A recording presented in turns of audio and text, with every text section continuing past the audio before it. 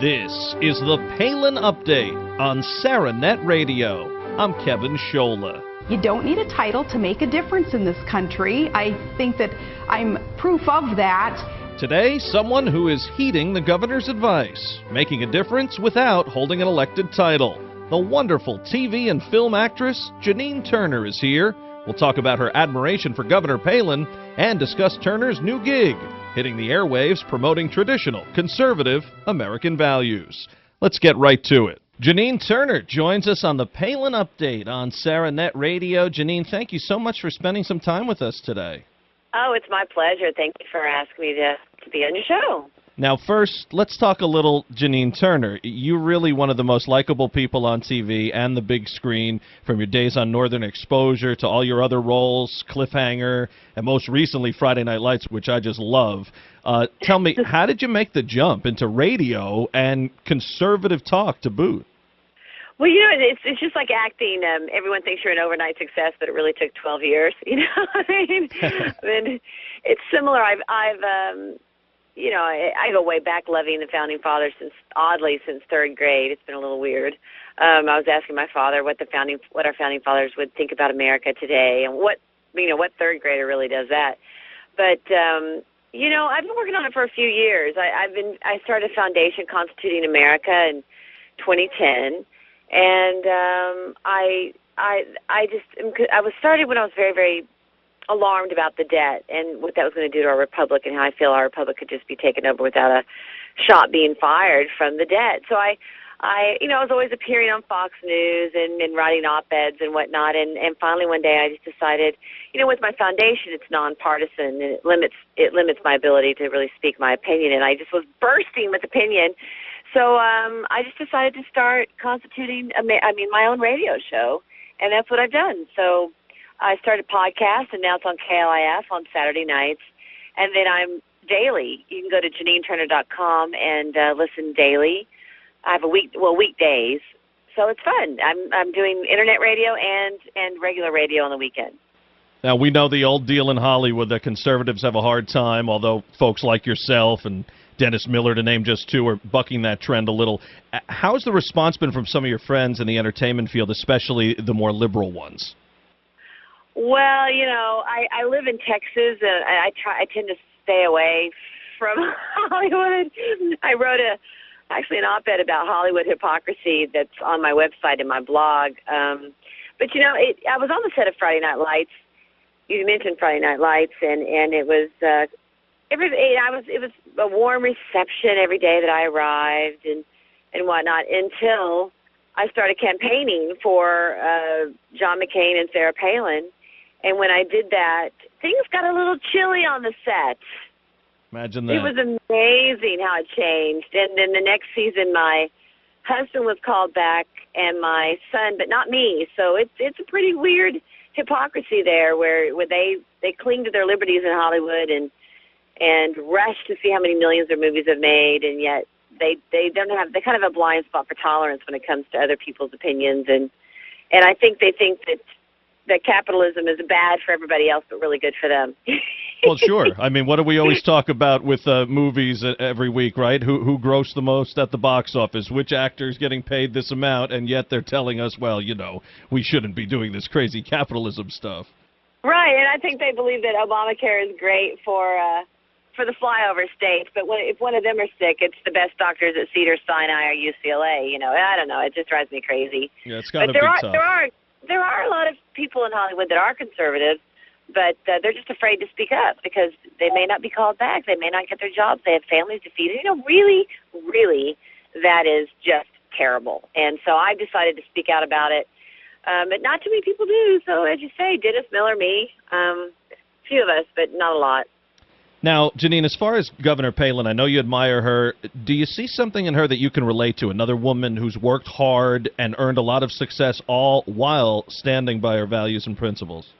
Yes, I do. I have an immense amount of respect for Sarah Palin, for Governor Palin. Look at her, and I think that's why so many people are irritated, and women get sort of upset. The feminist movement in the past was like you had to give on something. And that was their mantra. You couldn't really have both. You couldn't have a family and children and be a governor, for crying out loud. And so she sort of bucks the system in many ways, and it upsets a lot of people. But I relate to her. I admire her immensely, and I have a daughter, and I'm actually a single mom, not by choice, but life kind of deals you that deck of cards sometimes. And I'm sitting here trying to reach out and make a difference. I wrote a book called Holding Her Head High about single mothers throughout history, and it's been going a long time, single moms. But the book is sort of interesting. When I finished, had a theme that these mothers didn't just raise their children; they raised their nations. And I think that that's what Sarah Palin does. She raises her children, but she's also raising her nation to a higher level, and I appreciate that so much. Yeah, you never hear it when it's a man. I mean, Chelsea was young when the Clintons were in, and President Obama has young kids, and governors across this country that are men. But when it's a woman, oh well, they have children. They try to use that against you. Of course, if it's a liberal, you don't hear it, but no, exactly. It's a double standard once again, sort of just like Hollywood. But she's doing it. Power to her, and I love seeing it. And everyone's just going to have to get over it. Well, listen, what do you think of Palin's announcement not to run for the White House? I know, like you mentioned earlier, you started that organization, Constituting America, designed at educating Americans about the Constitution. So I assume you would have loved to see a President Palin, since she has proven to be a constitutionalist. Yes, I think I shared a stage with Governor Palin. It's hard to know what to say, right? Sarah Palin, Governor Palin.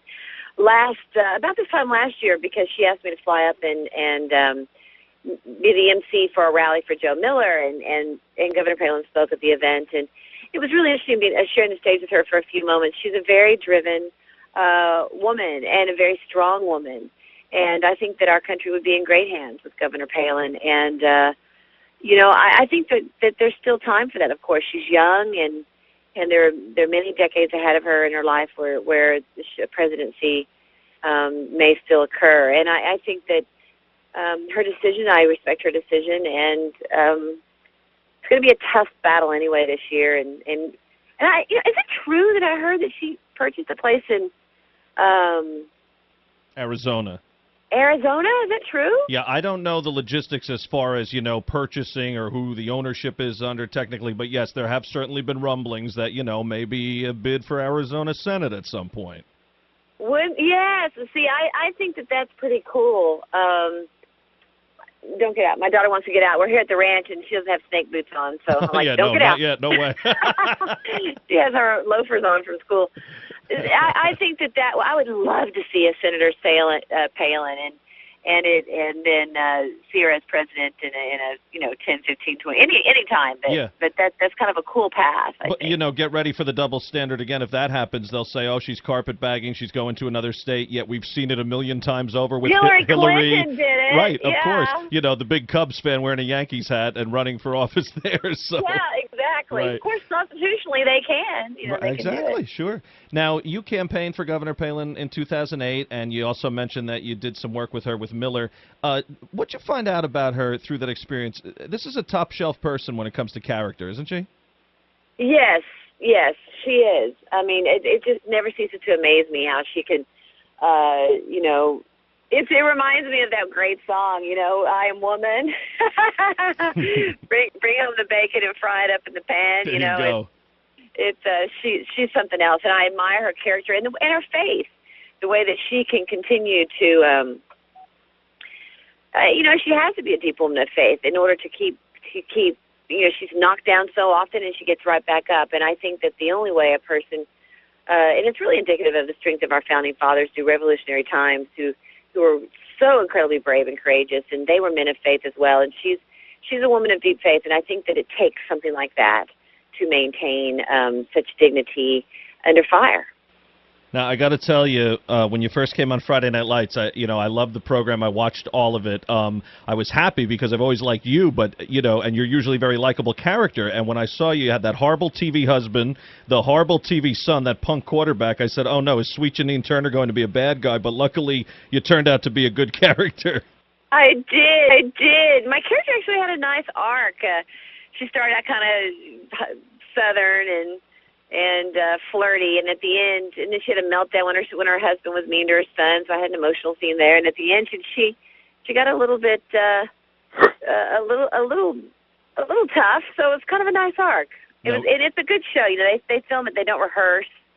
They don't do all the typical things they do in Hollywood. So it was fun to do. It was different. It was very improvisational, and that's what makes the show work. If anyone wants a little inside scoop, they stick to the script, but they also, allow people to talk, without this, was different than the script, improv. Yeah, you definitely pick up on that realness. Tell everybody again, I know you mentioned it earlier, what you're up to now project-wise, how people can get your great show. Oh, well, thank you. JanineTurner.com is really the best place to go because I've made it super, super easy. I just launched my weekday show about 3 weeks ago, and today I had a caller from Alaska. There you go. See that? I'm like, how cool. It's amazing to me. You know, I do all the controls myself weekday on my computer, and I have callers from Arizona, speaking of Arizona, and New York, California, Indiana, Alaska. It never ceases to amaze me, this modern day world of technology. But if you go to JanineTurner.com, you can click the listen button there and see all the call numbers. And same thing on the weekend. If you don't live in the Dallas-Fort Worth area, on Saturday night, my show, which is going to be this Saturday night, you can click the listen or watch button there. And Monday I have Supreme Court Justice Sandra Day O'Connor, so I'm pretty excited about that on my weekday show. I got to share this with you with Halloween around the corner. You know, one of your lesser-known roles was in the film Monkey Shines. Oh, my God! For people who don't know about this is a monkey gets possessive and jealous about his disabled master that he helps and goes bananas, for lack of a better term. Well, listen, I used to watch this with my grandfather. It freaked me out as a kid.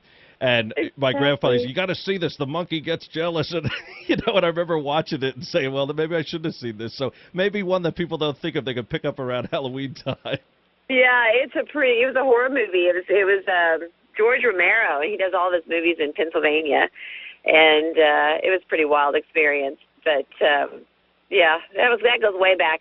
That's what I was trying to kind of make. I had been on a soap opera for a long time, and I was not really getting a lot of respect in Hollywood. So I moved to New York City, cut my hair, took off the pink fingernail polish, took off the makeup, and studied method acting like Paul Newman and all the great actors, Dustin Hoffman, Robert De Niro, Jessica Lange. And this was one of my roles where I was trying to just be a serious actress. So I was taking small roles here and there so I could, make the leap to northern exposure, I guess, eventually. Janine Turner, a super actress, a wonderful mom, and a great American. We thank you so much for joining us on SaraNet Radio. Well, thank you. And you're a great American, too. And God bless you for all you do and trying to get the message out, not only about Governor Palin, but just to save this country. This 2012 election is going to be pivotal, and I'm glad Governor Palin's going to be out there to support whatever candidate. She'll be a great asset for the candidacy, for whoever becomes our Republican candidate. And we just have to go out there and not only win the presidency, but win back the Senate and keep the House so we can start to reverse Obamacare and save our great republic. Thanks, Janine. Thank you. Janine Turner here on SaraNet Radio. Be sure to check out JanineTurner.com.